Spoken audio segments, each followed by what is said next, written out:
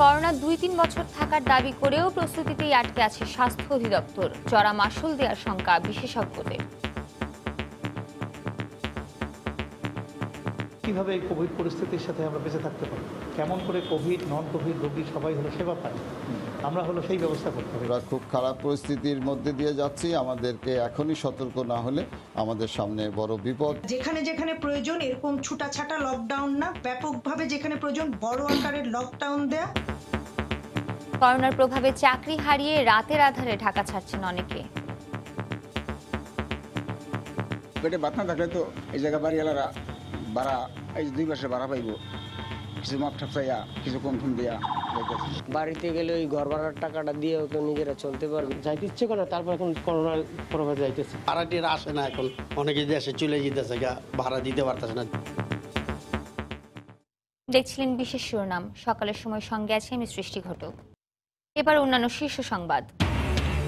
করোনার পরীক্ষামূলক ওষুধ প্রেসক্রিপশন ছাড়াই দেদারসে বিক্রি হচ্ছে ফার্মাসিতে। যথেচ্ছ ব্যবহারে বাড়ছে ঝুঁকি, ওষুধ প্রশাসনের দায়সারা জবাব। করোনার প্রভাবে তারল্য সংকটে দেশের ব্যাংকগুলো। আয়ের উৎস বাড়াতে নীতি সংস্কারের তাগিদ। ঋণ খেলাপিদের বিষয়ে সর্বোচ্চ সতর্ক থাকার পরামর্শ। টানা ভারী বর্ষণে কক্সবাজারে পাহাড় ধসের আশঙ্কা, মাথা গোঁজার ঠাঁই না থাকায় ঝুঁকি নিয়ে থাকছেন অনেকে। আশ্রয় কেন্দ্রে নেয়ার চেষ্টা প্রশাসনের। রাজধানীর কিছু শিক্ষা প্রতিষ্ঠানে অনলাইনে নেওয়া হচ্ছে প্রাক নির্বাচনী পরীক্ষা। মূল্যায়নের যথার্থতা নিয়ে প্রশ্ন, সমন্বয়ে রাখা হবে অভিভাবকদের, আপত্তি নেই বোর্ডে।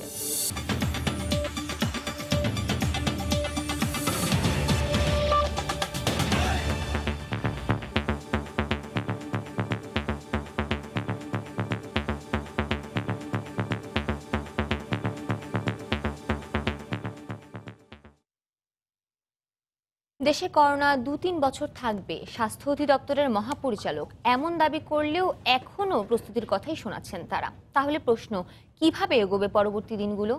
বিশেষজ্ঞরা বলছেন, পরিকল্পনায় ভুল হলে দিতে হবে চড়া মাশুল। রাশেদ লিমনের রিপোর্ট।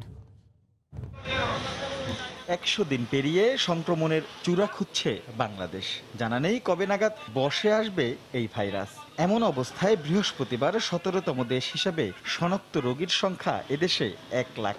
দীর্ঘদিন পর সংবাদ বুলেটিনে এসে স্বাস্থ্য অধিদপ্তরের মহাপরিচালক জানালেন, করোনায় ভুগতে হবে আরো ২ কি ৩ বছর।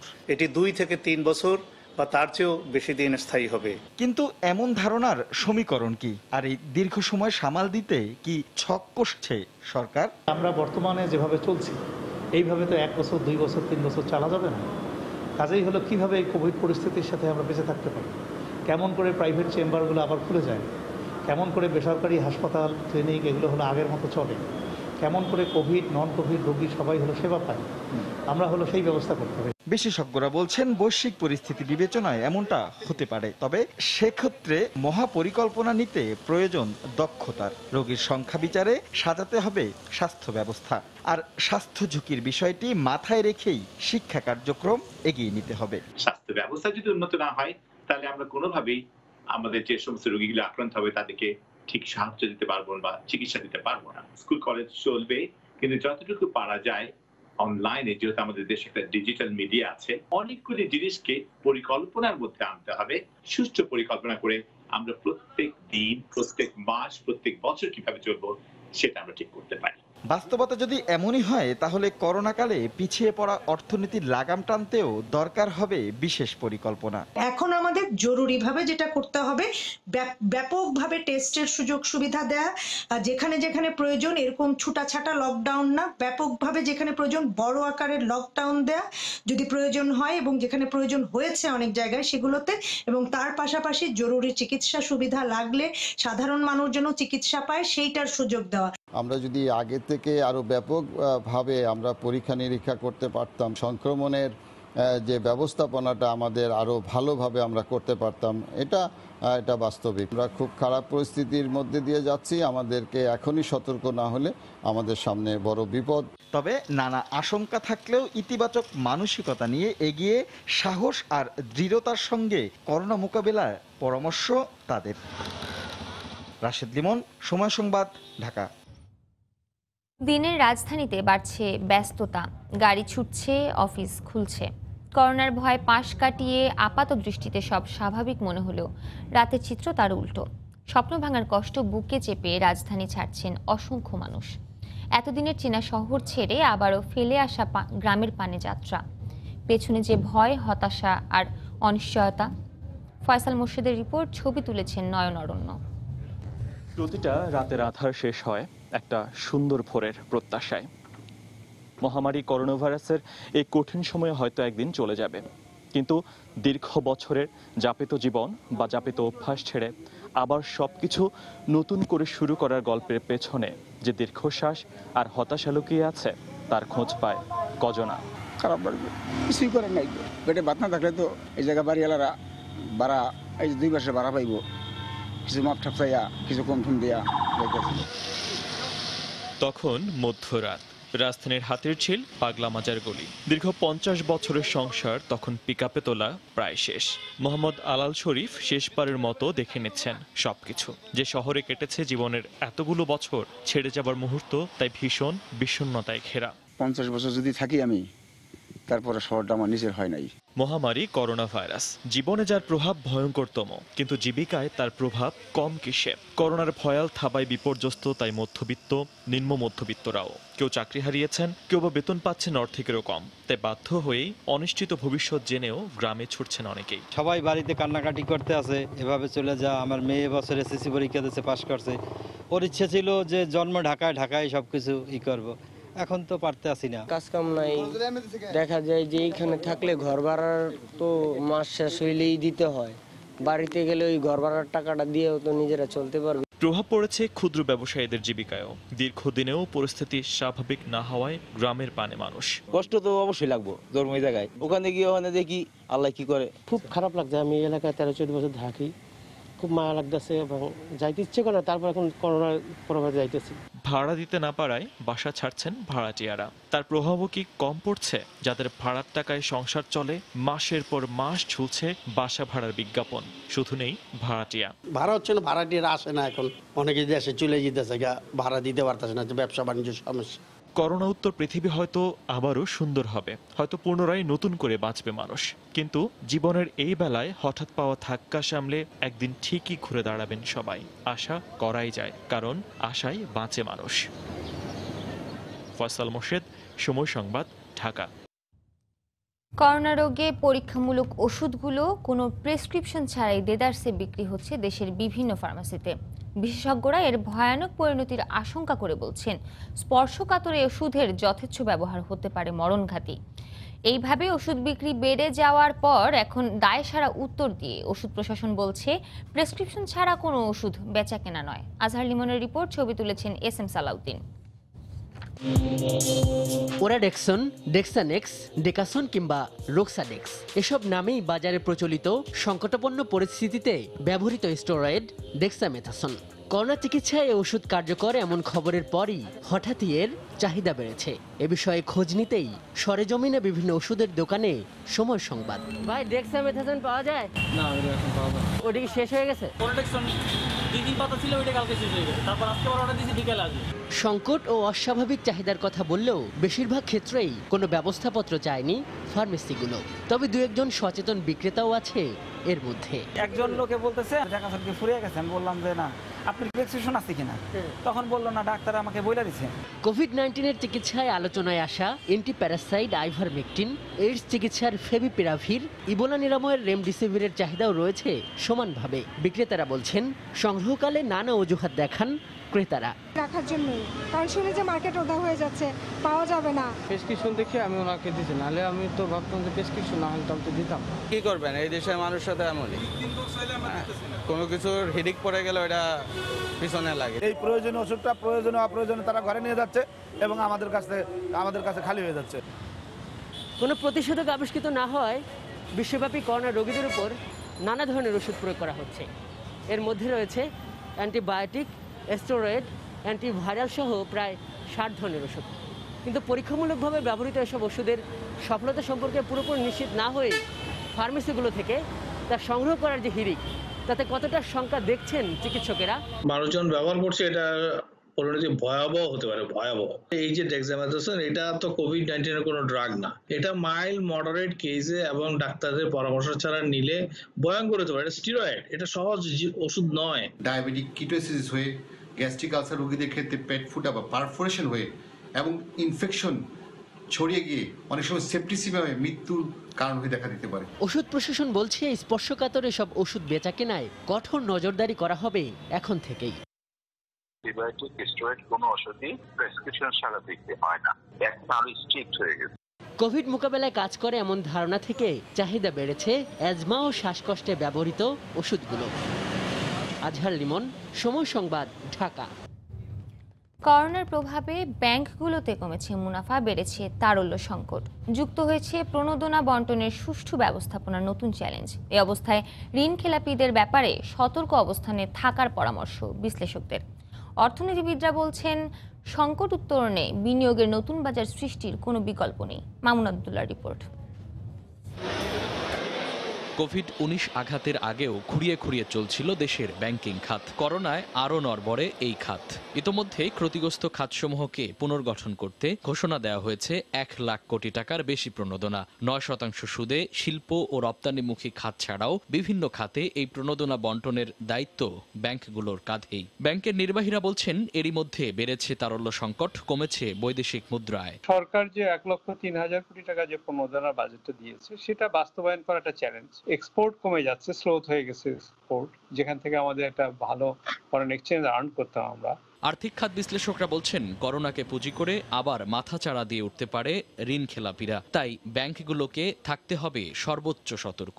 এর ফলে যাতে আমাদের এনপিএলটা বেড়ে না যায়, যেহেতু মরাল হ্যাজার্ড বলে যে কথাটা আছে, অর্থাৎ অনেকে এটাকে ব্যবহার করে টাকা না ফেরত দেওয়ার সম্ভাবনা আছে। ব্যাংকাররাও মরাল হ্যাজার্ড ব্যবহার করে যে পরিমাণ প্রেশার ক্রিয়েট করার কথা রিকভারের ক্ষেত্রে, সেটা যদি তারা না করেন, তবে কিন্তু এনপিএল একটা পরবর্তী সময়ে একটা বড় সমস্যা হতে পারে। এদিকে তারল্য সংকট মোকাবেলা এবং আয়ের উৎস বাড়াতে নীতি সংস্কারের পাশাপাশি দেশীয় বাজার নির্ভর শিল্প প্রতিষ্ঠানকে ঋণ দেওয়ার ব্যাপারে মনোযোগ বাড়ানোর আহ্বান অর্থনীতিবিদদের। রপ্তানি খাতের স্বাভাবিক অবস্থায় ফেরত যাওয়াটা সময় সাপেক্ষ ব্যাপার, ফলে দেশীয় বাজার নির্ভর শিল্পকে কেন্দ্র করে ব্যাংকের ঋণ ব্যবস্থা এবং অন্যান্য কার্যক্রমকে ভাবতে হবে। সঞ্চয়ের উপরে যে সুদ দেওয়া হয় আর ঋণের থেকে যে সুদ পাওয়া যায়, সেইটার যে গ্যাপ, আমরা যেটাকে স্প্রেড বলি, সেই স্প্রেডের জায়গাটা কমিয়ে আনতে এফিসিয়েন্সি বাড়ানোর দিকে নজর দিতে হবে। সংকট উত্তরণে ব্যাংকগুলোকে এজেন্ট ব্যাংকিং কার্যক্রমে আরও ভূমিকা রাখারও আহ্বান তাদের। মামুন আব্দুল্লাহ, সময় সংবাদ, ঢাকা।